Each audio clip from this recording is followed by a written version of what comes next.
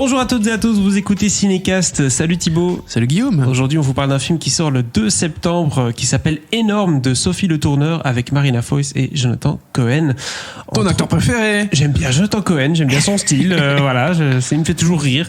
Et de quoi ça parle Énorme ? Vous l'aurez compris, ça parle de grossesse, mais c'est une grossesse un peu particulière. Pourquoi ? Parce que c'est Frédéric, le mari, hein, le compagnon, qui veut un bébé. Sa femme, par contre, Claire, qui est jouée par Marina Foïs, n'en a pas vraiment envie. Elle a jamais vraiment voulu un enfant. Oui, c'est ça, tu vois, c'est le genre de personne qui n'a pas envie d'avoir un enfant. Et lui, par contre, il est gaga. Du coup, il commet un peu l'impardonnable, le truc impensable. Oui. Ils ont toujours été d'accord sur le fait qu'ils voulaient pas d'enfant. Mais c'est toujours comme ça. On n'en veut pas, puis après un jour, il y en a des deux qui veulent, et puis en général, ça cause un divorce. Ou, dans ce cas-ci, un peu plus drôle. Sur le pitch, c'est drôle. Donc Frédéric qui va en fait commettre l'impardonnable et lui faire un enfant dans le dos, c'est-à-dire enlever ses pilules ou remplacer ses pilules par des cachets, comment on appelle ça ? Des petites sucrètes, c'est ça. Il faut au sucre que tu mets dans ton café. Exact. Et donc Claire se transforme en baleine, elle est enceinte, mais c'est Frédéric lui qui va devenir un peu comment on appelle ça ? Ouais, gnangnan, mais en tout cas obsédé par la grossesse au point de la vivre plus intensément que sa femme, ça c'est clair. Et donc, on s'écoute un extrait de la bande-annonce. Claire a été fabuleuse. C'est même plus des doigts, c'est des nuages. Vous faites comment avec les enfants ? On n'a pas le temps. Avec nos vies, on voyage tout le temps. I'm the husband, I'm the agent, I'm the bodyguard, I'm Fred. Don't be afraid. Okay. Nice to meet you. Vous n'êtes plus tout jeunes, vous deux. Qu'est-ce que vous attendez ? Mais elle veut pas d'enfant. C'est toi qui t'occupe de tout. De sa pilule et tout ça. Je raconte. On dirait une petite pilule, ça. Quoi ? J'ai grossi. T'as pas grossi, chérie, t'es magnifique. Mais c'est quoi ces messins ? Ils sont énormes.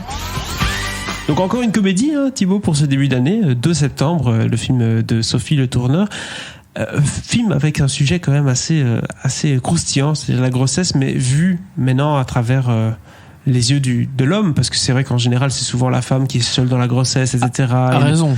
Enfin, oui. En tout cas, c'est normal qu'on voit une grossesse en général au travers des yeux de la femme. Exact. Voilà. Parce que souvent dans les films, quand la femme est enceinte, le mec est au travail, il est très occupé, il est pas là. Tu vois ce que je veux dire ? Oui. Mais ici, c'est un peu tout l'inverse, c'est que elle n'est pas vraiment dedans, hein, très clairement. Pourtant, ça lui arrive. Mais Frédéric, lui, il est à fond la caisse. Hein. Il va à tous les cours. Il devient une vraie nana parmi la maternité, etc. Quoi. Oui, c'est ça. C'est on va dire ça comme ça. Ok. Du coup, bon concept pour une comédie, du coup. Oui, alors, il y a quand même... J'ai un petit reproche à faire pour commencer, c'est quand même le pitch. Dans l'absolu, ça a l'air drôle, mais qu'est-ce que c'est puant quand même, hein. On parle d'un type qui va faire un môme dans le dos de sa femme, enfin à sa femme, mais dans son dos. Le mec remplace ces pilules par des sucrètes. Enfin, je veux dire, le principe même est hyper puant, quoi. En fait, elle a pris l'inverse. Elle a dit une femme qui enlève sa pilule sans le dire à son mari, qui tombe enceinte, et du coup le mari doit assumer le bébé alors qu'il voulait pas de bébé. Ça, c'est déjà vu. C'est un concept qui est déjà vu. Oui. Et c'est dit si on faisait l'inverse. Bien sûr. L'inverse. Bien sûr. Voilà. Après, ça fonctionne. Mais je trouve que l'idée même est évidemment très puante. D'ailleurs, ils vont parler de ce côté puant dans le film aussi. Par contre, j'ai un deuxième petit problème, mais t'inquiète, ça va s'améliorer un peu par la suite. C'est qu'ils considèrent ça comme une comédie pure. Et je suis pas du tout d'accord avec ça. D'accord. Je trouve qu'on flirte très clairement entre la comédie et le drame, et parfois, dans l'ensemble, même s'il y a beaucoup de moments comiques, j'ai l'impression qu'on est parfois plus dans le drame que dans la comédie.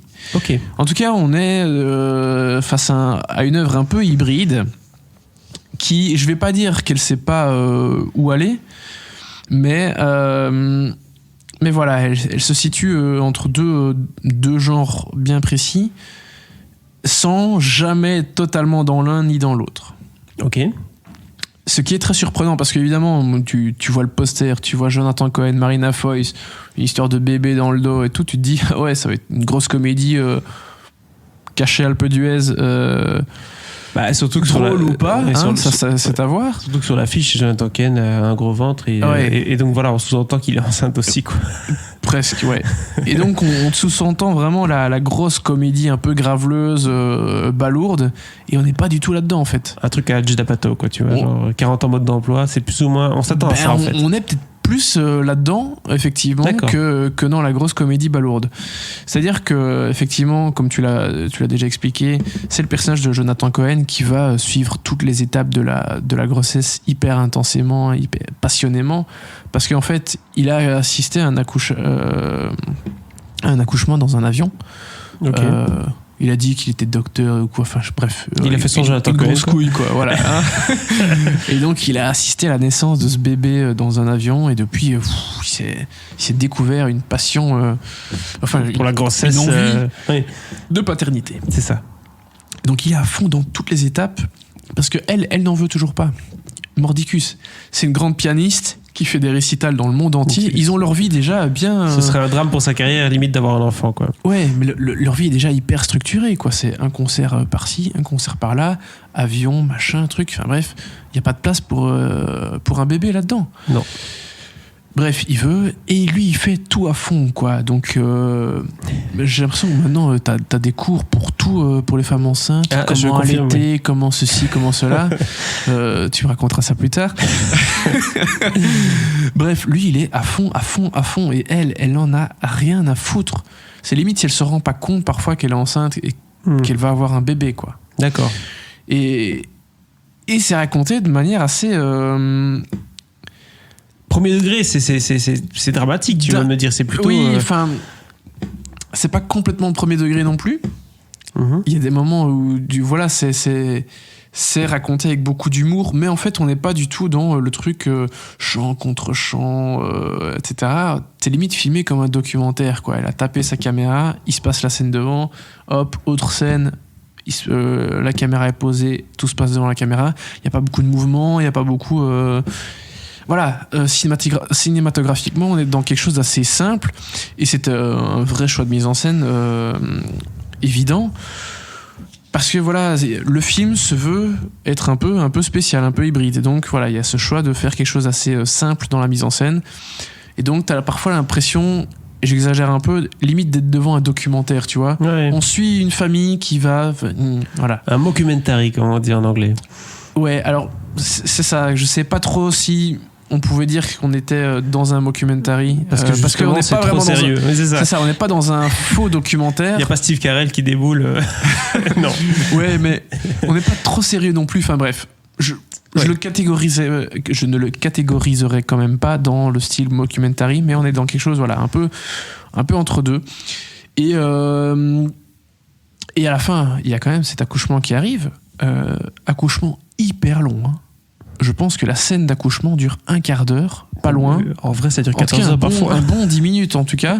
Mais tu vois jamais des accouchements très longs au cinéma. Et ici, c'est très très long et c'est assez... c'est pas mal, hein. Je veux dire, la scène est très prenante. T'as l'impression d'arriver forcément à l'aboutissement du truc, quoi. Et il y a quelque chose de très très prenant dans cette scène d'accouchement. Surprenante, parce qu'évidemment tu t'attends pas à une scène d'accouchement d'un quart d'heure ou 10 minutes au cinéma, quoi. Donc voilà, après je peux pas te dire si j'adore le film, enfin j'ai pas l'impression de l'adorer ni de le détester, mais je m'attendais tellement pas à ça que je pense que j'ai été surpris. Ouais. Et globalement c'était la vie en sortant de la salle, il y a personne qui est sorti en disant oh, c'était de la merde machin, parce que je pense que personne ne s'attendait à ça. C'est le marketing, quoi, du film qui a été très tourné comédie avec Jonathan Cohen, Marine Le Pen, c'est énorme, ouais. Mais je pense que c'est une erreur, et donc du coup c'est vrai que voilà, enfin une erreur, ça va peut-être attirer le chaland en salle. Et peut-être que les gens vont être très contents d'avoir vu autre chose, en fait. Mais bien sûr. Voilà, je pense que c'est un marketing qui est peut-être casse-gueule. À voir si ça va payer ou non. Mais tu sais, la comédie dramatique, ça devient un peu la spécialité en France aussi, de faire des trucs qui mélangent le drame et la comédie, même parfois plus drame que comédie. Je pense au Grand Bain, etc. Tu vois, il y a quand même beaucoup d'éléments dramatiques dans ces films-là. Bien sûr. Mais si, ils savent bien faire ça, quoi. Tu vois, donc non, moi, ça m'étonne pas qu'ils utilisent une marketing un peu plus accessible. Parce que s'ils étaient trop sérieux dans le ton, tu vois, genre en mode un homme et une femme qui embrassent un enfant sur le poster, tu vois, en mode ils ne le voulaient pas, pourtant ils l'ont, enfin tu vois, un truc comme ça. Je suis pas sûr que les gens aient été inspirés. Là, tu te dis, ok, ça va être un peu drôle. Par contre, le problème, c'est qu'en effet, tu risques peut-être d'être surpris ou déçu. Ouais. Si tu te rends compte au bout de 20 minutes que c'est pas le Jonathan Cohen show, quoi. Non. Bah, si, Jonathan Cohen fait quand même un peu son Jonathan Cohen, hein, il peut pas faire autre chose non plus. Non. Mais c'est un peu plus fourni. C'est un peu plus intelligent, même si parfois c'est très très débile, hein. Mais en fait, dans la façon dont c'est amené, ah oui, ok. Il y a vraiment des décalages très, très bizarres, mais voilà, dans l'ensemble, ça fonctionne, quoi. Et ça amène surtout le sujet de la grossesse et de l'accouchement d'une autre perspective, hein. Je pense que moi, j'ai vécu un accouchement et une grossesse, mais du prisme de l'homme. Mais c'est vrai que c'est intéressant de revoir ça sous un autre regard, et je pense que ça peut être... Voilà, je pense que si tu as vécu cet événement-là, tu es peut-être encore plus touché par le film que quelqu'un qui n'a jamais vécu ces heures dans les salles d'accouchement. Écoute, je ne peux pas t'en parler personnellement.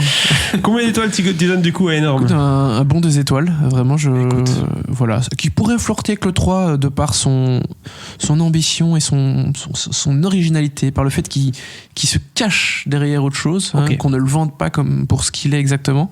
Voilà, 2-3 étoiles. 2 parce que j'ai pas adoré non plus. Mais voilà, vraiment, ça ne manque pas d'intérêt. Bah, écoutez. Et donc plutôt quand même agréablement surpris. 2 étoiles du coup pour Énorme. Je rappelle, c'est le 2 septembre au cinéma.